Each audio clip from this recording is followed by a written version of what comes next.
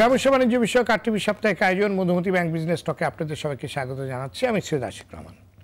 দর্শক, metro rail, Padma সেতু, Bangabandhu tunnel, express ওয়ের মতো বহু মেগা প্রকল্প চলমান রয়েছে দেশে।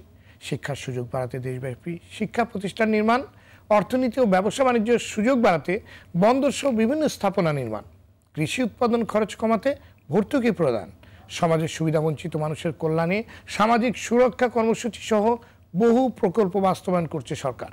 এসব প্রকল্প বাস্তবায়নের জন্য যে অর্থের প্রয়োজন তার যোগান দেয় দেশের জনগণ, আর সংগ্রহ করে সরকারের রাজস্ব বিভাগ। স্বাধীনতা পরবর্তী সময়ে দেশের রাজস্ব আয়ের প্রধান খাত ছিল আমদানি ও আবগারি শুল্ক।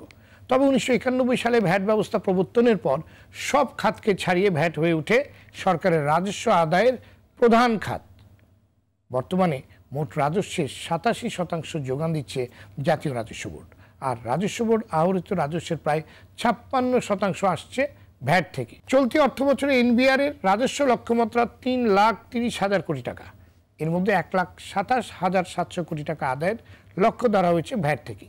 তবে করোনার বাস্তবতায় এই লক্ষ্য কতটুকু অর্জিত হবে তা নিয়ে যেমন সংশয় আছে, তেমনি ভ্যাট আদায়ের সক্ষমতা নিয়েও প্রশ্ন রয়েছে। তাছাড়া ব্যবসায়ীদের বিরুদ্ধে যেমন ভ্যাট ফাঁকির অভিযোগ রয়েছে, তেমনি রাজস্ব কর্মকর্তাদের অসদাচরণ নিয়েও অভিযোগ রয়েছে ব্যবসায়ীদের তরফ থেকে। এমন একটি বাস্তবতায় অনলাইনে ভ্যাট দিন, দেশ গড়ায় অংশ নিন স্লোগানে গত 10 ডিসেম্বর দেশ জুড়ে পালিত হলো ভ্যাট দিবস। 10 থেকে 16 ডিসেম্বর পর্যন্ত পালিত হচ্ছে ভ্যাট সপ্তাহ। রাজস্ব বোর্ডের এই উদ্যোগকে সামনে রেখে আজ আমাদের আলোচনার বিষয় ভ্যাট দিবস 2021 ও প্রত্যাশা। আর এই বিষয়ে আলোচনার জন্য আজ আমাদের সঙ্গে আছেন জাতীয় রাজস্ব বোর্ডের সদস্য, শুল্ক নীতি ও আইসিটি জনাব সৈয়দ গোলাম কিবরিয়া, কমিশনার কাস্টমস এক্সাইজ ও ভ্যাট, কমিশনারেট রংপুর জনাব শওকত আলী সাদি এবং এফবিসিসিআইয়ের সাবেক সহসভাপতি জনাব মোহাম্মদ হেলাল উদ্দিন। যাচ্ছি মূল আলোচনায়। জনাব কিবরিয়া, আপনাকে দিয়ে আমাদের আজকে আলোচনা শুরু করছি। প্রতি বছরের মতো এবারও দেশব্যাপী ভ্যাট দিবস ও ভ্যাট সপ্তাহ পালন করা হচ্ছে। করোনা মহামারীর বাস্তবতাকে আমলে রেখে এবারের ভ্যাট দিবস ও সপ্তাহ পালনের কোন দিকটাকে আপনারা বেশি গুরুত্ব দিচ্ছেন, পরিকল্পনা কিংবা কি কর্মসূচি আপনারা গ্রহণ করেছেন? ধন্যবাদ। আসন্ন ভ্যাট দিবস উপলক্ষে জাতীয় রাজস্ব বোর্ডের পক্ষ থেকে আমি দেশবাসীর সকলকে ধন্যবাদ জানাচ্ছি এবং ব্যবসায়ী ভাইদের ধন্যবাদ জানাচ্ছি। গত 10ই ডিসেম্বর আমাদের ভ্যাট দিবস পালিত হয়েছে এবং আপনি আলোচনার প্রারম্ভেই বলেছেন অনলাইনে ভ্যাট দিন, উন্নয়নে অংশ নিন। এটাই হচ্ছে আমাদের এবছরের ভ্যাট দিবসের মূল প্রতিপাদ্য বিষয়। অনলাইনে ভ্যাট দিন, উন্নয়নে অংশ নিন। আসলে দুটো বিষয়ই পরস্পর সম্পর্কিত। দেশের রাজস্বের সমৃদ্ধি যত বৃদ্ধি পাবে এবং তার বিরাট একটা অংশ উন্নয়নের সঙ্গে সংযুক্ত হবে। এবং আপনিও বলেছেন যে রাজস্বের আদায়ের বিবেচনায় ভ্যাট এখন 3টা যে সোর্স তার মধ্যে 1 নম্বর। আমরা যদি টোটাল প্রপোর্শনেট হিসাব করি তাহলে 38% ভিএটি এবং বাকি 2টা হচ্ছে ইনকাম ট্যাক্স এবং কাস্টমস। বাট আমদানি পর্যায়ের ভ্যাট যদি আমরা হিসাব করি তাহলে এটা প্রায় 56% দাঁড়ায় টোটাল ভ্যাট, অর্থাৎ স্থানীয় পর্যায়ে এবং আমদানি পর্যায়ের। এবছরের আমাদের মূল বিষয় হচ্ছে একদিকে যেমন অনলাইনে এই কার্যক্রম পরিচালনার জন্য দেশবাসী এবং ব্যবসায়ী ভাইদের উৎসাহিত করা, অন্যদিকে যারা কনজিউমার, মূলত এটা ইনডাইরেক্ট ট্যাক্স আপনি জানেন, এবং পরোক্ষ করের যে আলটিমেট যে কর ভারটা বহন করে কনজিউমার। সুতরাং সকল কনজিউমারদের অর্থাৎ সকল ভোক্তাদের সচেতনতা বাড়াতে হবে। এটাই হচ্ছে আমাদের মূল কাজ, যে আপনি যে ভ্যাটটা পরিশোধ করছেন সেটা সঠিকভাবে সরকারি কোষাগারে যেন যায়, সেটা আমার যেমন দায়িত্ব আছে, জাতীয় রাজস্ব বোর্ডের অধীনস্থ সকল কর্মকর্তা এবং কর্মচারীর যেমন দায়িত্ব আছে, আমি বলবো সকল জনগণ যাদের পকেট থেকে এই টাকাটা যাচ্ছে, যারা প্রতিদিন কনজামশন পারপাসে যত ধরনের খরচ করছেন এবং তার সঙ্গে যে ভ্যাট দিচ্ছেন, এটা সঠিকভাবে যেন সরকারি কোষাগারে যায়, সেই সচেতনতাটুকু যেন আমাদের সকল জনগণের মধ্যে থাকে। জি ধন্যবাদ আপনার কাছে আমি আবার আসবো। আসলে ভ্যাট নিয়ে আরো অনেক ইন্টারেস্টিং, মানে এই যে আপনি যে কথাটি বললেন যে ভ্যাটটা তো আসলে জনগণ দিচ্ছে, তার টাকা যেটা সে পরিশোধ করলো সেটা সঠিকভাবে সরকারের রাজস্ব কোষাগারে গেল কিনা সেটাও কিন্তু তাকে দেখতে হবে। এবং পৃথিবীর অনেক দেশে বিভিন্ন রকম ইনসেন্টিভ দিয়ে দেওয়া হয় এটার উপরে, যে তুমি কি পরিমাণ ট্যাক্স ভ্যাট পরিশোধ করেছো সেটার উপরে আমি তোমাকে পে ব্যাক করবো। তো এই বিষয়গুলো নিয়ে আমি আপনার কাছে আবার আসবো। জনাব Shawkat Ali Sadi, VAT VAT, value added tax, এটা আসলে কি, কেন ভ্যাট ব্যবস্থার প্রবর্তন করা হলো এবং দেশের অর্থনীতির জন্য ভ্যাট ব্যবস্থা কেন এত গুরুত্বপূর্ণ? ধন্যবাদ আপনাকে। VAT যেটি আপনি বলেছেন আপনার বক্তব্যে, ভ্যালু অ্যাডেড ট্যাক্স, যেটাকে বাংলায় আমরা বলছি মূল্য সংযোজন কর, এক্স্যাক্টলি, সেটা 1991 সালে প্রথম বাংলাদেশে প্রবর্তন হয়। আমাদের যে মূল্য সংযোজন কর যে নামটি দেয়া হয়েছে, এর মধ্যেই কিন্তু আমাদের যে মূল অর্থ এটা লুকিয়ে আছে, মূল্যের সাথে সংযোজন যেটা ঘটবে তার উপর কর। অর্থাৎ আমি যদি খুব সহজ বাংলায় বলতে চাই তাহলে বলতে হবে, একটি উদাহরণ দিলে বিষয়টি হয়তো আরও স্পষ্ট হবে। ধরেন উপকরণ কর, আমরা উপকরণ কিনেছি 100 টাকার এবং তা দিয়ে আমি প্রসেস করে 150 টাকার একটি পণ্য উৎপাদন করলাম। আমার ক্রয় মূল্য ছিল 100 টাকা, আমি বিক্রয় করব 150 টাকায়। তাহলে বিক্রয় মূল্য থেকে ক্রয় মূল্য বাদ দিলে যেটুকু থাকছে সেটি হচ্ছে সংযোজন, এবং তার উপরই ভ্যাট বসবে। মূলত ভ্যাটের কনসেপ্ট হচ্ছে প্রতিটি হাত বদলের সাথে যে সংযোজন ঘটবে, সংযোজন ক্ষেত্রে আপনাকে ভ্যাট দিতে হবে। এইজন্যই ভ্যালু অ্যাডেড বলা হয়। এবং এটি আমার উৎপাদন থেকে পাইকারি খুচরা প্রতিটি ক্ষেত্রে হাত বদল হবে, এবং হাত বদলের সাথে সাথে তার উপর ভ্যাট আরোপিত হবে। কিন্তু মূল্য সংযোজন করের মূল বিউটি হচ্ছে এই যে হাত বদল হচ্ছে, এই প্রতিটি হাত বদলে আমাদের রেয়াত নেওয়ার সুবিধা আছে। অর্থাৎ ট্যাক্স অন ট্যাক্স যেটা আমরা বলি, ট্যাক্সের যে পৌনঃপুনিকতা সেটি যেন না থাকে। আর মূল্য সংযোজন করের ক্ষেত্রে এই যে ট্যাক্স ভার যেটা আমরা বলি সেটি কিন্তু পড়ে ভোক্তার উপর। এই জন্য এই অনেক দেশে এটাকে কনজামশন ট্যাক্স বলে। অর্থাৎ ভোক্তাকেই এই কর ভার বহন করতে হবে এবং তাকেই আলটিমেটলি এই ট্যাক্সটা দিতে হবে। যেই কারণে যেহেতু এটি একটি পরোক্ষ কর ব্যবস্থা এবং এই ভোক্তাকেই বহন করতে হয়, যে কারণে ধনী গরিব সহ এই দেশের আপামর জনগোষ্ঠী, আম জনতা এই কর ব্যবস্থার সাথে জড়িত এবং তাকে এই বিষয়গুলো জানতে হয়। কেননা আপনারা জানেন যে আয়কর, যার আয় বেশি তিনি আয়কর দিবেন, যার সক্ষমতা আছে তিনি আয়কর দিবেন। কাস্টমসের ক্ষেত্রে যার আমদানি রপ্তানির সাথে সংশ্লিষ্ট তারা এই বিষয়গুলো বুঝবেন। কিন্তু ভ্যাট কিন্তু আমাদের ধনী গরিব ভেদাভেদ মানে না, আমরা সবাই কনজিউমার, আমাদের সবাইকে ভ্যাট দিতে হয়। কাজেই এই আমজনতার সম্পৃক্ততা থাকার কারণেই প্রতি বছর কিন্তু আমরা ভ্যাট দিবস পালন করছি, যাতে মানুষ এই বিষয়গুলো সম্পর্কে সচেতন হয়। তা না হলে ভ্যাটের যে ইতিবাচক প্রবৃদ্ধি সেটা ধরে রাখা যাবে না। ধন্যবাদ আপনার কাছে আমি আবার আসবো। জনাব হেলাল উদ্দিন, 2019 সাল থেকে নতুন ভ্যাট আইন কার্যকর শুরু হয়েছে, এর সুফল ব্যবসায়ীরা আসলে কতটুকু পাচ্ছে এবং দেশের প্রচলিত ভ্যাট ব্যবস্থা ও আহরণ পদ্ধতি এটা কতটুকু ব্যবসা এবং বাণিজ্য তথা বিনিয়োগ বান্ধব বলে আপনি মনে করেন? ধন্যবাদ আপনাকে। প্রথমত হচ্ছে আজকে যে দুজন আলোচক আছেন ওরা খুব সুন্দর করে বলেছেন বিষয়টা। ভ্যাট একটা আধুনিক কর ব্যবস্থা, এতে করে মানুষ কখন কর দিচ্ছে সেটা সে বোঝে না, বাট নিয়ে যাচ্ছে। এটি হচ্ছে এটা বিউটি যেটা সাদি ভাই বললেন। এখন আজকে প্রধান 1991 সাল থেকে ভ্যাট প্রবর্তন হওয়ার পরে আপনি দেখবেন যেটা গ্রোথ কিন্তু অলমোস্ট কখনো কোনো বছরই 20-25 অথবা কোনো কোনো বছর 30% গ্রোথ হয়েছে। এক্সিলেন্ট। এক্স্যাক্টলি। প্রবলেম হচ্ছে একটি জায়গায়, সেটা হচ্ছে যে যে আজকে যেটা আমাদের প্রিয়া ভাই যেটা বললেন যে অনলাইনে ভ্যাট দিন, উন্নয়নে অংশ নিন, ওনারা যে মেলাটা করবেন, মেলাটা একটা কন্টিনিউয়াস প্রসেস, কিন্তু আমরা দেখছি গত 10-15 বছর যাবতে কিন্তু মেলা হচ্ছে। এখন প্রশ্ন হচ্ছে আপনি কাকে সচেতন করছেন? আপনি ভ্যাট ব্যবস্থা শুরু হওয়ার পর থেকে আপনি দেখবেন যে ভ্যাট আপনি যখন আমদানি পর্যায়ে কোনো আমদানি করছেন, ভ্যাটটা কিন্তু অগ্রিম কেটে নিয়ে যাচ্ছে। আমি একটু খেয়াল করতে হবে, আমি ভ্যাটটা কিন্তু অগ্রিম পয়েন্টে দিয়ে আসতেছি। যারা উৎপাদন করছেন তারাও কিন্তু অগ্রিম কারখানা থেকে মালটা বের করার আগে ভ্যাট পরিশোধ করে তারপর মালটা বের করে নিয়ে আসছেন। অর্থাৎ এখানে কিন্তু দামটা কিন্তু আলটিমেটলি কনজিউমারকে দিতে হচ্ছে। আমি কিন্তু ভ্যাটও দিয়ে দিলাম, তাহলে আপনি কাকে সচেতন করছেন? ভ্যাট তো আমরা দিচ্ছি, কে দিচ্ছে না সেই লোকটা কিন্তু পাবেন না, যিনি কনজিউমার উনি ভ্যাট দিচ্ছেন। অথবা কিন্তু সচেতনতার বিষয়টা কোথায়? সচেতনতার বিষয়টা হচ্ছে এই যে কথাটা বললেন যে আমরা কতটুকু স্বাচ্ছন্দ্য বোধ করছি, ওনারা কিভাবে ভ্যাটটা দিচ্ছেন, আমরা কোনো কষ্ট পাচ্ছি কিনা, বা এখানে কোনো রকম দুর্নীতি অথবা অন্য অব্যবস্থাপনা আছে কিনা, এই জায়গাটা হচ্ছে মূল বিষয়। সেই জায়গাটা ওনারা কতটুকু ফোকাস করে আমি জানি না। আপনি ধরেন অনলাইনের কথা বলা আছে, আমি এখনও জানি ঢাকা শহরে অনেকগুলো আপনার যেগুলো আপনার ওনাদের সাবস্টেশন আছে, অর্থাৎ বিভিন্ন জুন যেগুলো আছে, হ্যাঁ, এইগুলোতে এখনও তারা এই সার্ভেয়ার বসাইতে পারে নাই, এখনও তারা ওইগুলো আধুনিক করতে পারে নাই। আচ্ছা, আমি অনেকগুলোকে জানি ওনারা ম্যাক্সিমাম আমাদের ব্যবসায়ীদের মধ্যে যে সমস্যাটা হয়, ধরেন এই অনলাইনটা বোঝা, অনলাইনটা করা, এটা একটা জটিল বিষয়।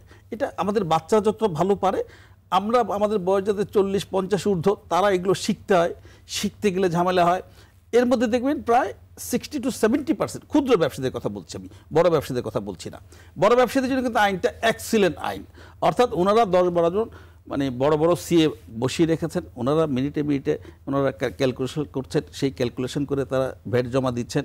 সেখানে কি পরিমাণ ফাঁকি হলো না হলো, এইগুলো আমাদের এই যে কমিশনারের নিচের যে লেভেলটা থাকে, হ্যাঁ, তারা কতটুকু বুঝে নিতে পারেন আমি জানি না। বাট সমস্যা হচ্ছে কিন্তু ক্ষুদ্র এবং অতি ক্ষুদ্র ব্যবসায়ীদের জায়গা, যেই জায়গাটা ওনারাও সমস্যায় পড়েন, আমরাও সমস্যায় পড়ি। অর্থাৎ এন্ড ইউজারে যারা আমরা যারা এন্ড ইউজারের কাছে মাল বিক্রি করছি, তাদের কিন্তু আমাদের রেয়াদ নেওয়ার সমস্যা মানে সুযোগ নাই। যেটা সাদি ভাই বললেন যে একজনের পর্যায়ে একজন রেয়াদ নেবেন, রেয়াদ নিলে কিন্তু উনি ওই টাকাটা তুলে নিলেন। অর্থাৎ আমি উৎপাদন পর্যায়ে যে ভ্যাটটা দিয়ে আসছি, আমি যখন বিপণন করছি, আমি কিন্তু ওই টাকাটা 100 টাকার উপরে 15 টাকা দিয়েই কিন্তু আমি বিপণন করছি, অর্থাৎ আমার টাকাটা আমি নিয়ে গেলাম। ভোক্তা দিন শেষে কিন্তু ভোক্তাই দেবে। এখন প্রবলেমটা হচ্ছে একজন দোকানদার যখন বিক্রি করছে, রিটেল পর্যায়ে যখন বিক্রি করছে, তার কিন্তু রেয়াদ নেওয়ার কোনো সুযোগ নাই। এখন উনি কি করবেন? আমরা এর জন্য কিন্তু বারবার বলছি, অনেক চেষ্টা তদবির করে আমরা কিন্তু প্রথম থেকেই বলছি, ঠিক আছে, একদম যেহেতু সিস্টেম আমাদের গড়ে ওঠে, আমরা প্যাকেজ ভ্যাট দিই। ওনারা প্যাকেজ ভ্যাট নিতে শুরু করলেন, এটা ছিল 4,500, পরে হলো 8,000, পরে হলো 12,000, পরে হলো 16,000, পরে হলো 28,000। 28,000-এর পরে কিন্তু মানুষ আর ওইভাবে দিতে শুরু করলেন না। এর মধ্যে আবার একটা নতুন আইন চলে আসছে, যে আইনটি 2012 সালে ওনারা মানে এটাকে মানে অনুমোদন দিলেন। তখন থেকে কিন্তু আমরা বারবার বলছিলাম যে এই নতুন আইনে ভ্যাটের রাজস্বটা কমে যাবে, প্লাস মানুষের মধ্যে দুর্ভোগটা বাড়বে। এবং বলতে বলতে বলতে বলতে সর্বশেষ যে কাজটি আমরা করছি, আমার মনে আছে 2018 সালে আমরা একটা বড় করে মিটিং করে মাননীয় প্রধানমন্ত্রীকে অনুরোধ করলাম যে আপনি অন্তত 2 বছর পরে নতুন যে নির্বাচন, 2 বছর পরে ওই নির্বাচনে আসলে পরে নতুন আইনটি ইমপ্লিমেন্ট করেন। এই মুহূর্তে করলে আমাদের মধ্যে এক ধরনের সমস্যার সৃষ্টি হবে, এবং মাননীয় প্রধানমন্ত্রী তাই কাজটি করলেন কিন্তু। আচ্ছা, এরপরে 2019 সালে এসে আমাদের মাননীয় অর্থমন্ত্রী হঠাৎ করে একদিন আমরা সবাইকে ডাকলেন, অল্প কয়েকজনকে ডেকে উনি বললেন, আমি কারো কথা শুনবো না, আমি 2019 সালে নতুন ভ্যাট আইন প্রবর্তন করব, যদি এই ভ্যাট আইনে কোনো সমস্যা দেখা দেয় আমি সেটা মানে মোকাবেলা করব, বা আমি সেটাকে করব, সমস্যার সমাধান করে দেব। আমরা রাজি হলাম। সিদ্ধান্ত হলো যে প্রত্যেক রিটেল সেলার যারা, তাদের প্রত্যেক দোকানে দোকানে ইএফডি মেশিন দেবেন। অর্থাৎ আগে ছিল কিন্তু ইসিআর মেশিন। ইসিআর মেশিন যখন আসছে, এটা এত সময় দিয়ে এনবিআর আমাদের হাতে পৌঁছাইছে, তখন ইসিআর মেশিন আর ওয়ার্ল্ডে নাই, ইএফডি মেশিন চলে আসছে। ইএফডি মেশিন আসছে, সেটাও আজকে ধরুন গত 10 বছর আগে এসছে। এটা আমাদের হাতে এখনও পৌঁছায় নাই, কবে পৌঁছবে আমরা জানি না। কিন্তু এনবিআরের যে সক্ষমতা, এনবিআরকে আমরা বারবার বললাম যে আমাদের মেশিন দেন, আমাদের কোনো আপত্তি নাই, ভ্যাট দিবে জনগণ, আমার তো কোনো অসুবিধা নাই, আমি জনগণ থেকে ভ্যাট তুলে আমি সরকারি কোষাগারে জমা দিব। যদি কাস্টমার কষ্ট পায়, সে ওখানে চিল্লাবে, সে সেখানে প্রতিবাদ করবে, আমার তো দরকার নাই, ভ্যাট তো আমি দিচ্ছি না, ভ্যাট দিবে ভোক্তা। আমরা কিন্তু সিদ্ধান্ত নিলাম যে ঠিক আছে, আপনারা আমাদের মেশিন দেন, আমরা ভ্যাট নেওয়া শুরু করব। এরপর 19 সাল গেল, 20 সাল গেল, 21 সালের মাথায় আমরা আসলে দেখলাম এনবিআর মাত্র 3000 মেশিন আনতে সক্ষম হয়েছে। এবং 3000 মেশিন কাকে দিলেন? এখানে 5টা, ওখানে 10টা, ওখানে 3টা, ওখানে 5টা, এভাবে দিয়ে যেটা হলো টোটাল বাজার ব্যবস্থাপনার মধ্যে একটা অব্যবস্থাপনার সৃষ্টি হলো। একটা মার্কেট 500 দোকান, আপনি 20টাতে আপনি ইএফডি মেশিন বসিয়েছেন, বাকিগুলোতে ইএফডি মেশিন নাই। এখন কাস্টমার সেই 20টা দোকানে ঢোকে না, কারণ ওখানে গেলেই ভ্যাট দিতে হয়, অন্য জায়গায় গেলে কিন্তু ভ্যাটের সিস্টেমভাবে নাই।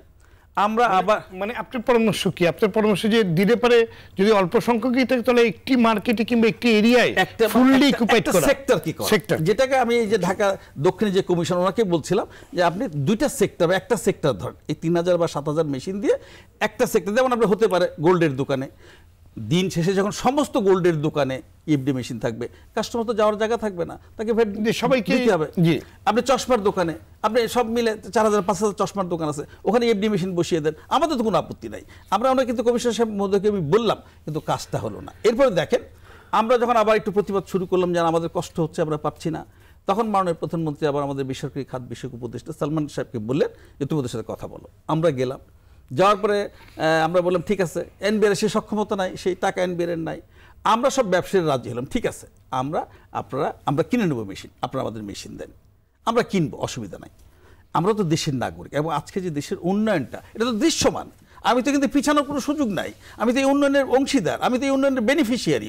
অতএব আমি চাই মানে ভ্যাটটা আদায় হোক, ট্যাক্সগুলো যথাযথভাবে আদায় হোক।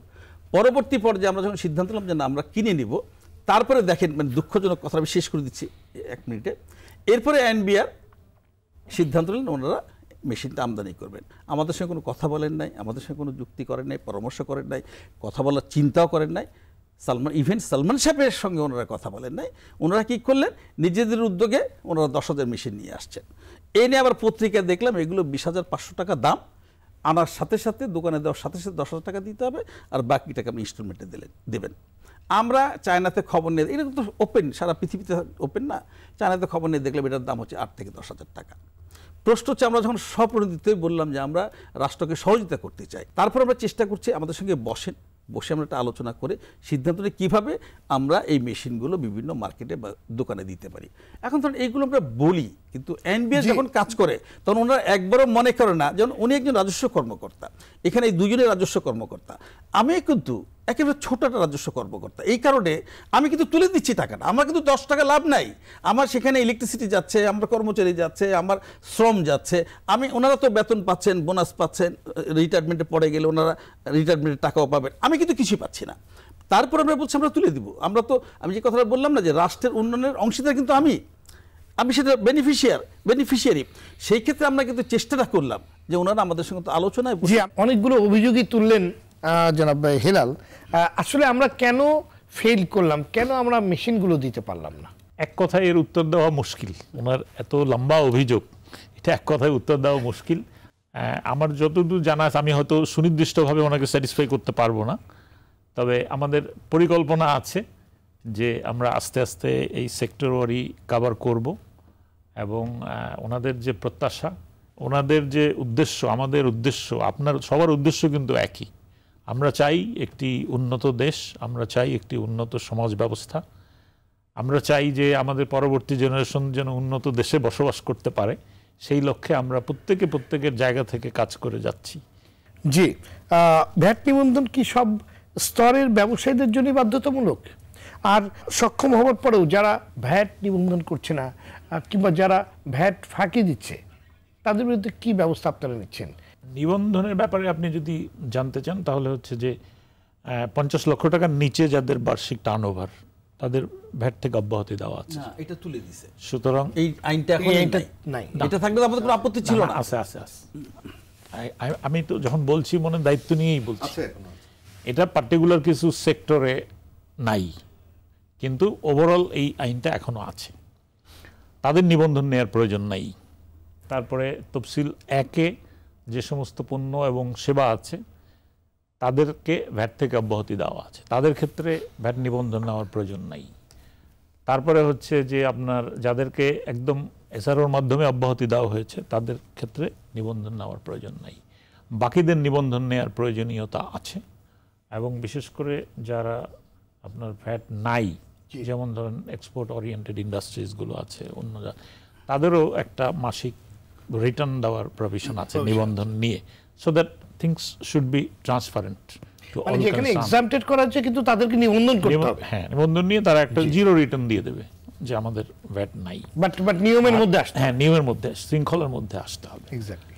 আর আপনি যেটা বলছেন যে ফাঁকি যদি হয় তাহলে কি ব্যবস্থা, মানে কেউ যদি নিবন্ধন ইচ্ছাকৃতভাবে না করে এবং যদি ফাঁকি দেয় কিংবা ফাঁকি দেওয়ার পায়তারা করে তাদের জন্য কি শাস্তির ব্যবস্থা রয়েছে? সেটা তো আইনে আপনার নিবন্ধন না নিলে অনেক ধরনেরই ব্যবস্থা আছে। আমার মনে হয় সেটা সবচেয়ে ভালো বলতে পারবে জি, তাহলে আমি is implementing all those laws in the field. ধন্যবাদ স্যার। মানে কেউ যদি ইচ্ছাকৃতভাবে নিবন্ধন না করে সক্ষমতা থাকার পরেও। স্যারের এই উত্তরটা দেওয়ার আগে আমি হেলাল ভাইয়ের ইস্যুটা একটু বলতে চাই।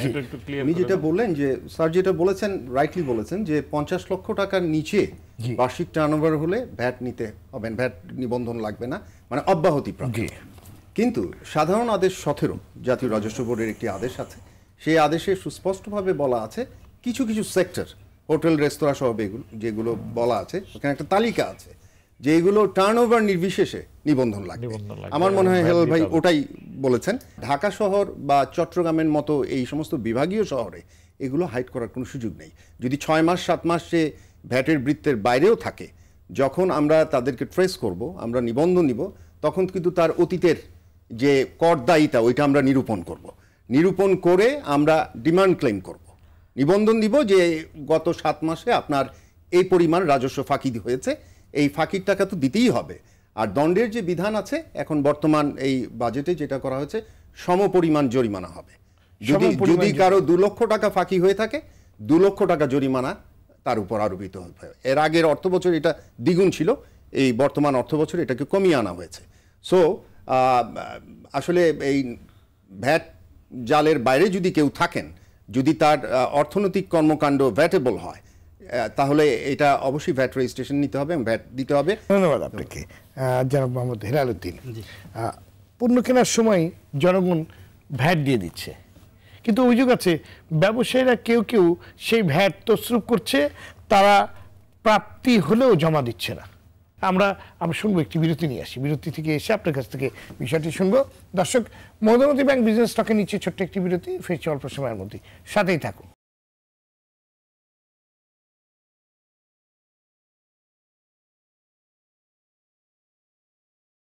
দর্শক, বিরতির পর আপনাদের আবারও স্বাগত। দেখছেন ব্যবসা বাণিজ্য বিষয়ক আলোচনা অনুষ্ঠান মধুমতি ব্যাংক বিজনেস স্টক। সঙ্গে আছে আমি সৈয়দ আশিক রহমান। আলোচনার বিষয় ভ্যাট দিবস 2021 ও প্রত্যাশা। ফিরছি আলোচনায়। জনাব হেলাল উদ্দিন, বিরতির পূর্বে যে প্রশ্নটি আপনার কাছে ছিল যে ভ্যাট ফাঁকি ব্যবসায়ীরা কেউ কেউ কেন দেয় এবং করণীয় কি, যে আমি প্রশ্ন উত্তরটি একটু পরে দিয়ে আপনাকে শেষ বেলায় দিচ্ছি। প্রথমত যেটা কিবরিয়া ভাই বললেন এবং সাদি ভাই যেটা বললেন, আপনি কথাগুলো খেয়াল করবেন। কি বললেন? 50 লক্ষ টাকা পর্যন্ত যাদের টার্নওভার তারা ভ্যাটের আওতার বাইরে থাকবেন। যারা ভ্যাটের আওতার বাইরে থাকবে তাদের নিবন্ধন নিতে হবে কেন? মানে এখানে হচ্ছে সুগম করের ফাঁকিটা, এই জায়গা হচ্ছে দুর্নীতিটা, এই জায়গা হচ্ছে সমস্যাটা। যাদেরকে আপনি 50 লক্ষ টাকার নিচে আমরা ক্ষুদ্র অতি ক্ষুদ্র ব্যবসা হিসেবে ধরে নিলাম, মেনে নিলাম, এবং তাদের কোনো ক্রমেই তাদের বছরে 30 লক্ষ টাকার উপরে বা 20 লক্ষ টাকার উপরে সেল করে না সে, তাহলে তাকে কেন নিবন্ধন নিতে হবে? এখন আপনি টপ টু বটম প্রত্যেককে নিবন্ধন নিতে হচ্ছে, এবং যখন নিবন্ধন নেবেন, অর্থাৎ আপনি নেটের মধ্যে যখন ঢুকবেন, তখন কিন্তু তাদের এখতিয়ারে চলে গেলাম আমি। এইবার আপনি প্রতি মাসে আপনি রিটার্ন সাবমিট করবেন 10 তারিখের মধ্যে। যদি রিটার্ন সাবমিট না করেন, আপনি করোনা আক্রান্ত হয়েছেন, আপনার কেউ মানে নিকটস্থ আত্মীয় মারা গেছে বা বিপদে পড়লেন, কেউ কোনো কথা শুনবে না। আপনাকে 10 তারিখ মধ্যে রিটার্ন সাবমিট, আপনাকে তো শৃঙ্খলার মধ্যে আসতেই হবে, ডিসিপ্লিনের মধ্যে তো আসতে হবে। যার মাথা নাই তার মাথা ব্যথা তো হওয়ার কথা না। আমাকে আপনি ভ্যাটের আওতার বাইরে রাখলেন, তারপরে আপনি বললেন যে নিবন্ধন নিতে হবে, তাহলে ভ্যাটের আওতার বাইরে থাকলাম কিভাবে আমি? এটা কিন্তু ক্লিয়ার বলতে হবে আপনাকে, বুঝতে হবে বিষয়টা। আচ্ছা, যখন আমি ক্লিয়ার, আমি যখন নিবন্ধন নিচ্ছি, এবার কিন্তু তারপরে ওনার আইনে ঢুকে গেলাম। আমি অতি দরিদ্র ব্যবসায়ী, কিন্তু ক্ষুদ্র ব্যবসায়ী, আমি জেনে কথাগুলো বলছি কিন্তু আপনাকে। এরপরে যদি আপনি বললাম না যে আপনি যত অসুবিধার মধ্যেই থাকেন রিটার্ন সাবমিট করতে হবে, রিটার্ন সাবমিট না করলে 10,000 টাকা জরিমানা দিতে হবে। ক্লিয়ার কথা। এইটা এনবিআর এর চেয়ারম্যান সাহেব প্রতি মাসে এনবিআর এর চেয়ারম্যান সাহেব, যিনি স্বয়ং চেয়ারম্যান, উনিও সেটাকে মৌকুফ করতে পারবেন না, আইনে তা বলা আছে, এবং আমাদের ব্যবসায়ীরা তাই দিচ্ছে। আমাদের প্রশ্নটা সেই জায়গায় যে আমরা যখন মানে সর্বোচ্চ ফোরাম এবং জাতীয় সংসদে আইনটি পাস হয়েছে কিন্তু, যে 50 লক্ষ টাকা পর্যন্ত এই ভ্যাটের আওতার মুক্ত থাকবে, তাহলে আমাকে কেন রেজিস্ট্রেশন নিতে হবে? এবং এই যে এখন কি হচ্ছে, আপনি একেবারে দরিদ্র ব্যবসায়ী, তার কাছে গিয়ে বলছে তুমি ভ্যাটের নিবন্ধন নাও। আমি আসলে একটু আপনার কাছ থেকে আপনার সাথে ক্লিয়ার হইনি। একজন ক্ষুদ্র ব্যবসায়ী তার সারা বছরে হয়তো 20 লাখ টাকাও, যেমন একটা সিগারেট বিক্রি করছে কিংবা একটা ছোট্ট মাছ বিক্রেতা মাছ বিক্রি করছে, কথা আমি বলছি, কিন্তু সে যদি আপনি স্টেটমেন্টটা দিয়ে বলে যে আসলে 5,000 টাকাও ব্যবসা হয়নি, কিংবা সে তো প্রতিদিন ব্যবসা করেও না। আপনি তো মানবেন না, কেন আমাকে তো বানাইতে হবে। না না, কোথায় আপনি 5,000 টাকা ব্যবসা, আমি একটু আপনার কাছে আসি, আমি একদম এই বিষয়টি নিয়েই জনাব সাদি আপনার কাছে আসি। আমরা তো এতখানি অমানবিক নিশ্চয়ই নই, কিংবা আমরা বিশ্বাস করতে চাই না যে আমাদের ভ্যাট অফিসার অথবা ট্যাক্স অফিস, রাজস্ব কর্মকর্তারা এতখানি অমানবিক কিছু হবে যে তুমি দিবা না, তোমাকে 1800-1600 শতাব্দীর ব্যাপার যে শুলে চড়িয়ে দেবো। এই ঘটনাটা তো আমার কাছে একটু অস্বাভাবিক লাগছে, যেভাবে জনাব হেলাল বলছে। আপনি যদি এটা ক্লিয়ার করেন। ক্ষুদ্র ব্যবসায়ীদের ক্ষেত্রে এগুলো প্রযোজ্য নয়। আমাদের সুনির্দিষ্ট কিছু এরিয়াস, যেটা জাতীয় রাজস্ব বোর্ড বলে দিয়েছে, তালিকা আছে যে এই সমস্ত প্রতিষ্ঠানের ক্ষেত্রে যারা টার্নওভার নির্বিশেষে তাদেরকে ভ্যাট নিতে হবে। এটা লিমিটেড। আমি যে বিষয়টা ভুগছি, এই যে মগবাজার মোড়ের এই পাশে দেখবেন কতগুলো ছোট ছোট দোকান আছে যারা লেফট ওভার কাপড় দিয়ে কিছু কাপড় জমা বানায় বিক্রি করে, তাদের সারাদিনে 1,000, 1,500, 2,000 টাকা সেল। এরকম তাদেরকে নিবন্ধন নিতে হচ্ছে, শুধু নিবন্ধন না, নিবন্ধন নিতে হচ্ছে এবং মাস শেষে তাকে রিটার্ন দিতে হচ্ছে। আমাকে একটু অভিযোগ করে বললেন যে আমি করোনা আক্রান্ত ছিলাম, আমি চিঠি দিয়ে ওনাদেরকে জানিয়েছি হ্যাঁ যে আমি রিটার্নটা দিতে পারবো না জুলাই মাসে, এবং জুলাই মাসে আপনি জানেন সবচেয়ে বেশি সংক্রমণ ছিল। ট্যাক্সেও তো আপনার নিয়ম আছে যে আমি যদি নির্ধারিত সময় না দিতে পারি আমি টাইম পিটিশনটা দিই। এবং শেষ করি, কারণ আপনাদের সঙ্গে আমার অনেক দিনের পরিচয়, কিন্তু একেবারে আপনারা যখন ডিসি ছিলেন তখন থেকে আজকে অনেক বড় কর্মকর্তা আপনারা, এই বিষয়গুলো কিন্তু আপনাদের একটু নজরে রাখতে হবে। আমি আবারও বলি, আপনার যে ছোট অফিসগুলো আছে তারা এগুলো মানে না। আমি আপনার সঙ্গে বসলে কিন্তু আমার সমস্যা সমাধান হবে, আমি ভাইয়ের সঙ্গে বসলে সমস্যার সমাধান হবে, কিন্তু আমি যখন নিচের লেভেলে যাচ্ছি আমার সমস্যার সমাধান হচ্ছে না। সে মামলা করে দিল। আমি গিয়ে নিজে জিজ্ঞেস করলাম যে জুলাই মাসে সবচেয়ে বেশি খারাপ অবস্থা ছিল, মৃত্যুর হার বেশি ছিল, সংক্রমণ বেশি ছিল, এই ভদ্রলোক নিজে চিঠিতে জানিয়েছে সে করোনা আক্রান্ত, তারপর কেন মামলা করলেন? বলে আপনি বড় অফিসারকে গিয়ে বলেন, আমাকে বলা হয়েছে রিটার্ন না দিলে আমি মামলা করে দেবো। জাস্ট এই ল্যাঙ্গুয়েজ আমি একটু বলি, সেটা হলো হেলাল ভাই যে মামলা দেওয়ার কথার যে বিষয়টি বলছেন, এটা 91-এর আইন ছিল। নতুন যে আইনটি হয়েছে আমাদের, এটা অনলাইন ভিত্তিক আইন, এটা সম্পূর্ণ অনলাইন ভিত্তিক। এখানে বলা আছে কেউ যদি তার, আপনি জানেন আমাদের যে কর মেয়াদ বলি 1 মাস, এবং পরবর্তী মাসে এই কর দায়িত্ব নিরূপণ করে 1 থেকে 15 তারিখের মধ্যে রিটার্ন সাবমিট করতে হয়। এই রিটার্নটা অনলাইনে করতে হবে।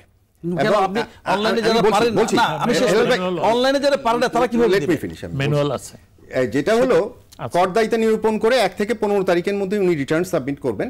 এখানে বলা আছে যদি 15 তারিখ সরকারি ছুটির দিন হয় তিনি আরেকটি দিন পাবেন, 16 তারিখেও দেওয়া যাবে।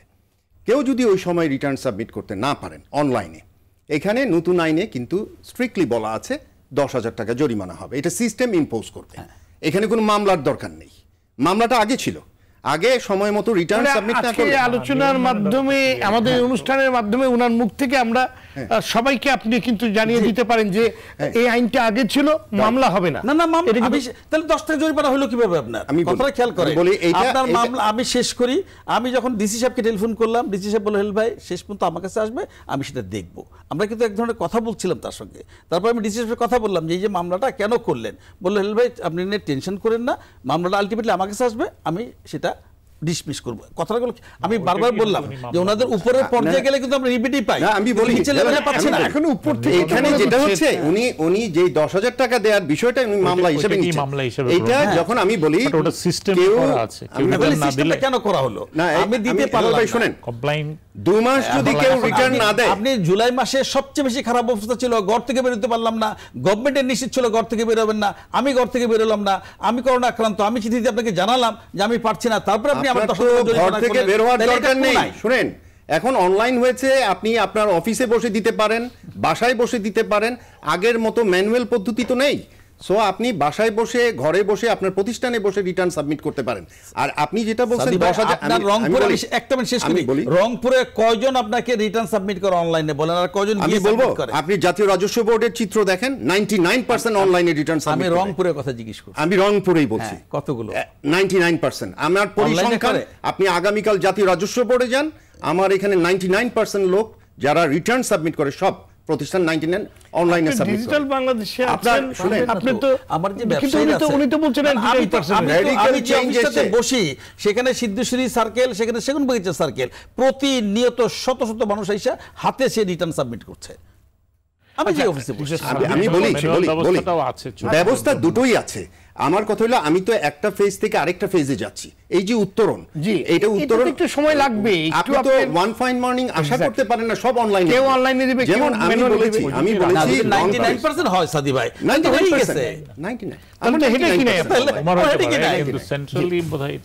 99 আমার রংপুরে 99, কিন্তু ঢাকা দক্ষিণে হয়তো এটা 56% হতে পারে, কিন্তু আমরা যশোর কুমিল্লা এগুলো ভালো করছি অনলাইনে সাবমিশন।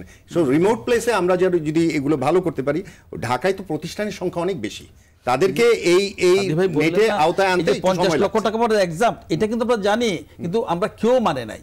আপনার কোন অফিসার 50 লক্ষ টাকা পর্যন্ত এক্সাম মানে না, এবং আমাকে বলা হয়েছে কি সর্বশেষ যে আইনটা তুলে দেওয়া হয়েছে। আমি আবারও বলি, এখন আবার বলতেছেন কি কিছু কিছু সেক্টরে আদেশ আছে, সাধারণ আদেশ 17। সাদি ভাই, এখন যদি আপনার আইনে ফাঁকফোকর থাকে সেখানে তো সমস্যার সৃষ্টি হবে।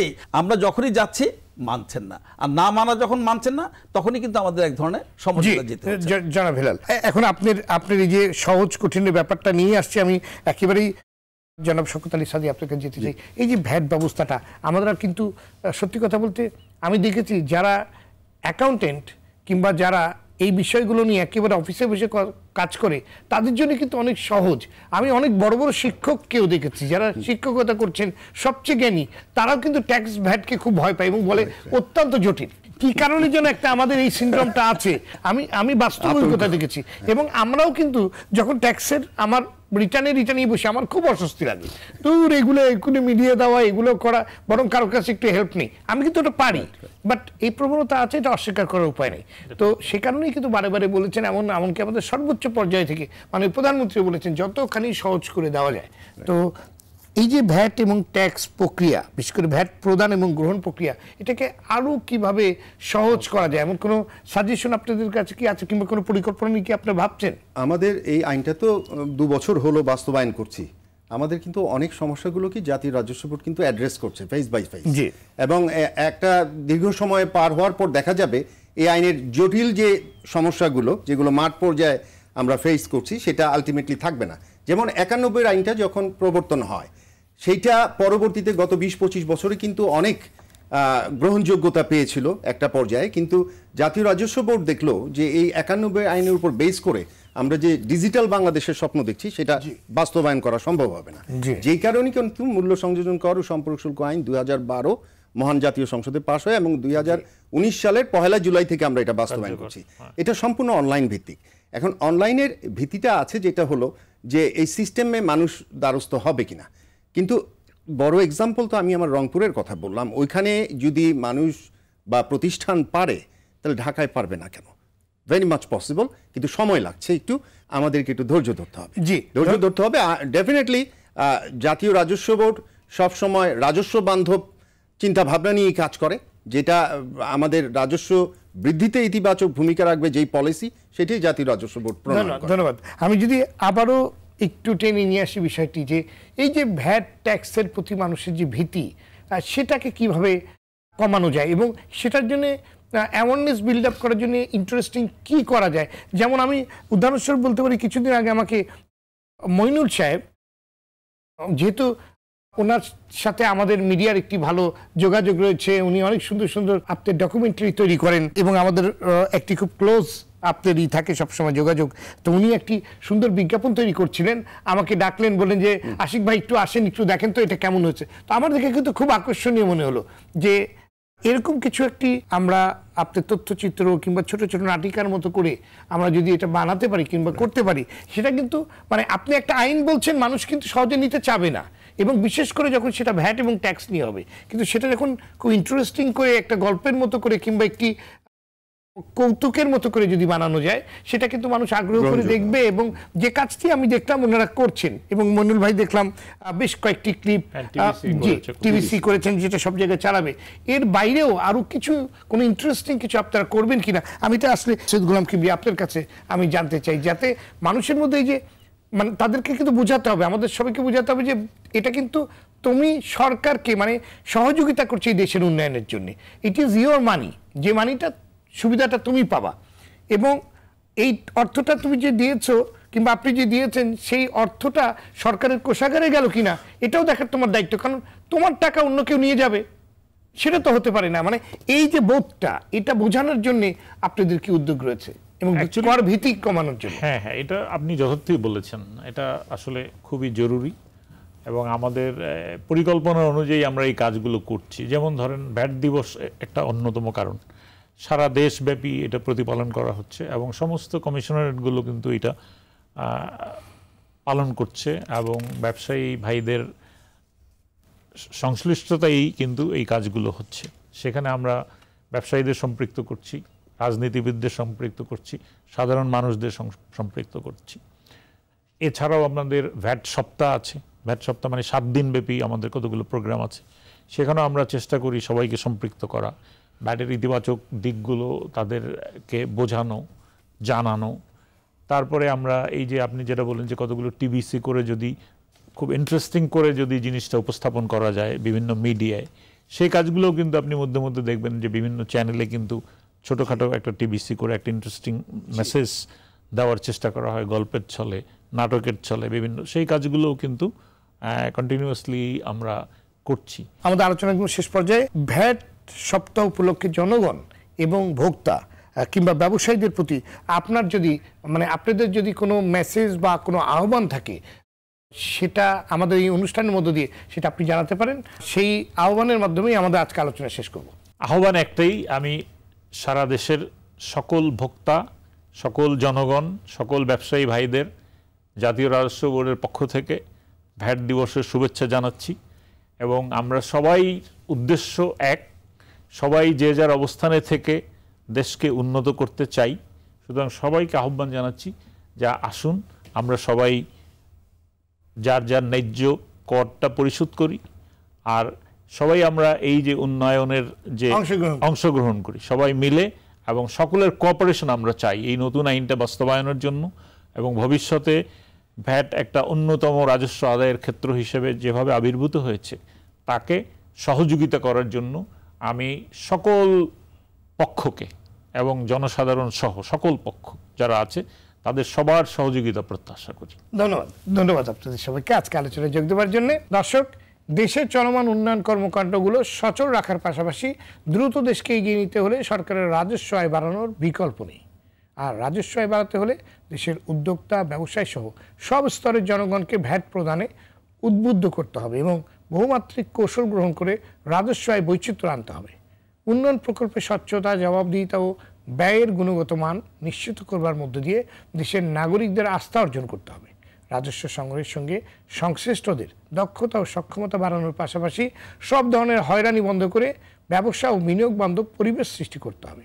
যত দ্রুত সম্ভব ভ্যাট সংগ্রহ প্রক্রিয়া শতভাগ অটোমেশন করতে হবে। দর্শক, আজ এ পর্যন্তই। আগামী সপ্তাহে আবারও ফিরে আসবো আমি সৈয়দ আশিক রহমান। সবাই ভালো থাকুন, সুস্থ থাকুন, সঙ্গে থাকার জন্য ধন্যবাদ।